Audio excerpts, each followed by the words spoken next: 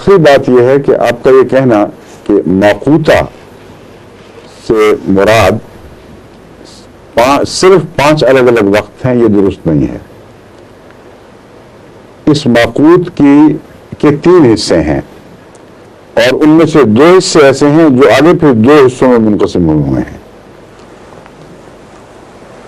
حضرت صلی اللہ علیہ وسلم نے جمع ظہر اور عصر کو کیا ہے، مگر فجر اور ظہر کو کبھی نہیں کیا، اور عصر اور مغرب کو کبھی جمع نہیں کیا۔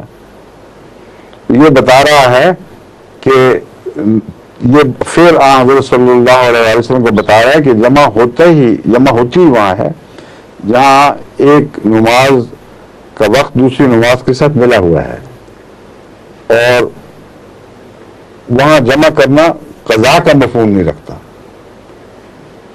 بس حضرت صلی اللہ علیہ وسلم نے کبھی بھی خواہ جنگ ہو یا امن ہو جمع کرتے وقت یہ شکوہ نہیں کیا کہ ہماری نماز قضا ہو گئی، ادا ہو گئی۔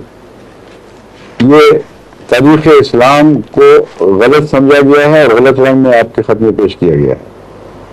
حضرت صلی اللہ علیہ وسلم نے جنگ احزاب میں جب دشمنوں پر ایک قسم کی بدعا کی اور اس شکوے کا اظہار فرمایا، وہ 5 نمازوں کو اکٹھا پڑھنے کا واقعہ ہے۔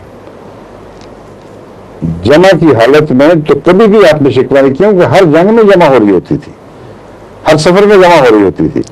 تو کیا نعوذ باللہ من ذالک کے سارے رسول اللہ علیہ وسلم کے قضا کی مثالیں ہیں؟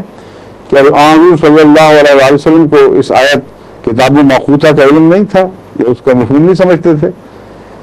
یہ کتاب ماقوتہ کے تابع ہیں، اور اصل اوقات 3 بنیادی ہیں۔ ان اوقات میں سے بعض اوقات کی 2 شاخیں بنائی گئی ہیں، وہ شاخیں ایک دوسرے سے مل بھی جائیں تو ماقوتہ ہی رہتی ہیں، اور قرآن کریم کے الفاظ ماقوتہ کی خلاف ورزی نہیں ہے۔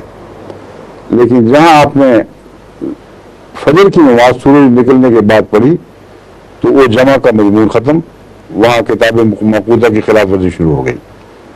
اگر یہ مجبوری ہے تو خلاف ورزی تو پھر بھی ہے، لیکن مواخذہ نہیں ہے اس کا۔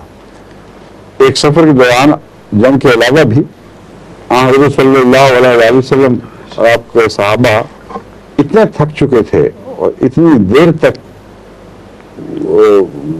پڑاؤ کی تیاریوں میں لگے رہے کہ جب سوئے تو صبح سورج نکلا اور نماز فجر نہیں پڑھی جا سکی وقت پر۔ وہ وقت ہے جب حضرت صلی اللہ علیہ وسلم نے غم کا اظہار فرمایا اور سورج نکلنے کے بعد نماز پڑھائی۔ تو اس کا صرف جنگ سے تعلق نہیں ہے، جب بھی یہ ان 3 اوقات کو آپ پیش نظر نہیں رکھیں گے اور ان کی حدوں کو پھلانگ کر ان سے تجاوز کر کے دوسرے اوقات میں ان نمازوں کو لے جائیں گے، یہ ماقوتہ لفظ کی خلاف ورزی ہے۔ جمع کرنے کی اگر جائز وجوہات جیسا کہ میں نے بیان کیا ہے موجود ہوں، اس کو قرآن کریم کی آیت کتاب ماقوتہ کے مفہوم کے مخالف نہیں سمجھا جا سکتا، کیونکہ جمع کا مضمون تو بکثرت جاری ہے۔ سفر اتنے ہوا کرتے تھے اور انسان کی زندگی میں اتنے سفر پیش آتے ہیں کہ آئے دن وہ نماز جمع کرتا ہے سفر کی مجبوری کی وجہ سے۔ تو آپ یہ کہیں گے کہ یہ ہر روز بے شمار ماقوتہ کی خلاف ورزیاں ہو رہی ہیں، یہ درست نہیں ہے۔ ماقوت کا مطلب ہے اپنے وقت پر ادا کی جانے والی یا جس کا وقت مقرر ہو۔ جن لوگوں کو لفظ ماقوت کی سمجھ نہیں آ رہی، میں بتا رہا ہوں کہ انہوں نے وہ آیت پیش کی ہے کہ قرآن کریم نے ایک نماز کے متعلق فرمایا کتاب ماقوتہ، تو یہ کہتے ہیں ماقوتہ سے مراد یہ ہے کہ ہر 5 نمازوں کا الگ الگ وقت ہے اور اس کو تم نے اس وقت سے ہٹا کر نہیں پڑھنا۔ میں یہ بتا رہا ہوں کہ ماقوتہ میں دراصل 3 وقت ہیں، اور ان 3 وقتوں میں سے 2 وقت ایسے ہیں جو آگے 2 حصوں میں تقسیم ہوئے ہیں۔ ظہر اور عصر کا ایک ہی وقت ہے، اصل میں مغرب اور عشاء کا ایک ہی وقت ہے، اور جب مغرب اور عشاء دینی ضرورت کے لیے جمع کر کے پڑھی جاتی ہے تو ماقوتہ کی خلاف ورزی نہیں ہے، بلکہ ماقوتہ کی حدود کے اندر ہے۔ جب ظہر اور عصر دینی ضرورت کے پیش نظر یا رعایت کے پیش نظر جمع کر کے پڑھی جاتی ہے تو مقودہ کی خلاف ورزی نہیں ہے، بلکہ مغرب اور عشاء کا ایک ہی وقت مقرر ہے. یہ میں سمجھا رہا ہوں بات. اس لیے کبھی بھی اس کو قضا نہیں کہا جاتا بلکہ جمع کہا جاتا ہے.